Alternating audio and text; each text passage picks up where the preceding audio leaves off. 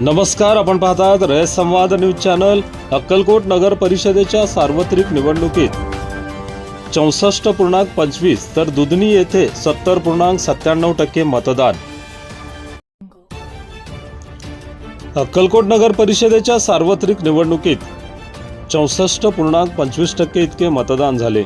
यावेळी नगराध्यक्ष पदासाठी उभारलेल्या 6 उमेदवारांचे तसेच नगरसेवक पदासाठी उभारलेल्या 76 उमेदवारांचे भवितव्य मतदान यंत्रात बंद झाले।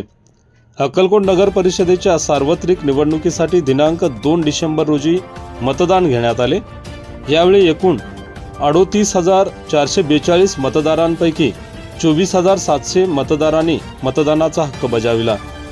यावेळी 12,357 पुरुष मतदारांनी तसेच 12,339 महिला मतदारांनी मतदानाचा हक्क बजावला। अक्कलकोट नगर परिषद निवडणुकीत एकूण 44 मतदान केंद्रांवर मतदान प्रक्रिया पार पडली। अक्कलकोट नगर परिषदेच्या थेट नगराध्यक्ष पदासाठी 6 उमेदवार हे निवडणुकीच्या रिंगणात आहेत, तर 25 नगरसेवक पदाच्या जागेसाठी 76 उमेदवार हे निवडणुकीच्या रिंगणात होते। यावेळी अक्कलकोट शहरात मतदानासाठी मोठी चुरस निर्माण झाली होती। मोठ्या चुरशीने सर्वत्र मतदान केंद्रांवर मतदान पार पडले। मतदानासाठी सकाळपासूनच मतदारांनी मतदान केंद्रांवर रांगा लावल्या होत्या। भाजपा, शिवसेना तसेच काँग्रेससह इतर पक्षाच्या उमेदवारांनी मतदारांना मतदानासाठी बाहेर काढण्यासाठी वाहनांची सोय केली होती।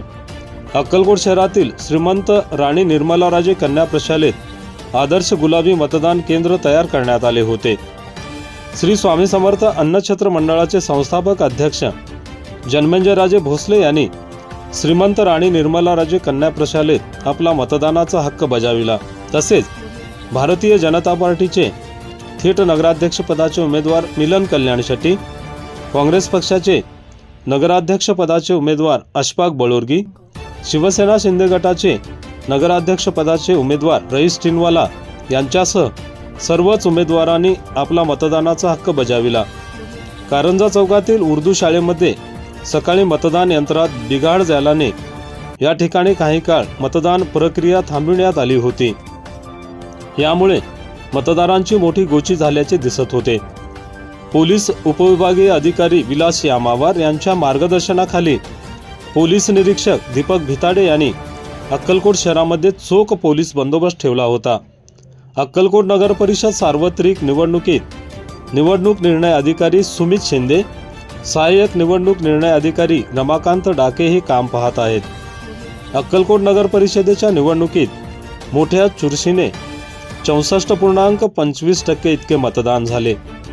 काही ठिकाणी मतदारांनी क्रॉस वोटिंग केल्याने याचा फटका कोणाला बसणार याची चर्चा अक्कलकोट शहरात चांगलीच रंगली आहे। या निवडणुकीचा निकाल दिनांक 21 डिसेंबर रोजी लागणार असून या निकालाकडे आता सर्वांचे लक्ष लागले आहे। अक्कलकोट तालुक्यातील दुधनी नगर परिषद सार्वत्रिक निवडणुकीत एकूण 70.97% इतके मतदान झाले। दुधनी येथील 10,905 मतदारांपैकी 7,739 मतदारांनी मतदानाचा हक्क बजावला। दुधनी नगर परिषद सार्वत्रिक निवडणुकीसाठी दिनांक 2 डिसेंबर रोजी मतदान झाले। दुधनी थेट नगराध्यक्ष पदासह 20 नगरसेवक पदांसाठी मतदान घेण्यात आले। दुधनीत 16 मतदान केंद्रांवर एकूण 10,905 मतदारांपैकी 7,739 मतदारांनी मतदानाचा हक्क बजावला। दुधनी नगर परिषद निवडणुकीत 5,554 पुरुष मतदारांपैकी 3,980 तर 5,350 महिला मतदारांपैकी 3,758 मतदारांनी मतदानाचा हक्क बजावला। दुधनी नगर परिषद निवडणुकीत थेट नगराध्यक्ष पदासाठी 5 उमेदवार निवडणुकीच्या रिंगणात होते, तर नगरसेवक पदाच्या 20 जागांसाठी 53 उमेदवार उभे होते.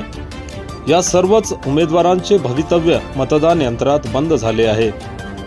दुधनी नगर परिषद सार्वत्रिक निवडणूक निर्णय अधिकारी म्हणून विनायक मगर यांनी काम पाहिले.